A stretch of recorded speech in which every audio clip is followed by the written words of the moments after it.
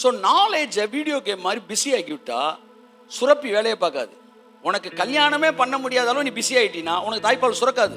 அப்போ கல்யாணம் பண்ண பிறகு குழந்தை பேர் வரும்போது தாய்ப்பால் சுரப்பது போல கர்த்தராகிய இயேசு கிறிஸ்துவை ரட்சிப்பு என்கிற திருமணத்தை நீ செய்யும்போது, அவரோடு விவாகம் பண்ணும்போது, அவருடைய ரெவலேஷன் என் பிரெயினுக்குள்ள வந்த உடனே மைண்ட் என்ன செய்யுது, நேரா அந்த சுரப்பியை ஸ்டிமுலேட் பண்ணுது. ஸோ இப்போ இவ்வளவு நேரம் இந்த மைக் இருந்துச்சு, ஆனால் இது வேலையை பார்க்கல. ஏன்னா ஒரு மைக்கை நான் மாட்டிக்கிட்டு இருக்கேன்றது எனக்கு மைண்டில் இல்லை. ஒரு மைக்கை மாட்டிக்கிட்டே நான் வேற மைக்கில் பேசிக்கிட்டு இருந்தேன். ஏன்னா என் மைண்டில் இந்த மைக் இருக்குன்னு தெரியல.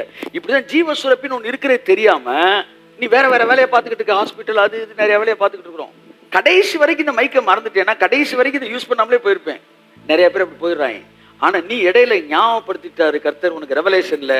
இப்ப அந்த நீ என்ன செய்யற, அந்த ஜீவ சுரப்பிக்கான ரெவலேஷனை வாங்கின உடனே அது போய் ஸ்டிமுலேட் பண்ணுது, உனக்கு ஜீவனை பிறப்பிக்குது.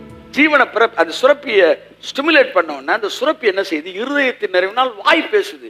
அப்ப ஜீவன் எங்க இருந்து தான் வருது?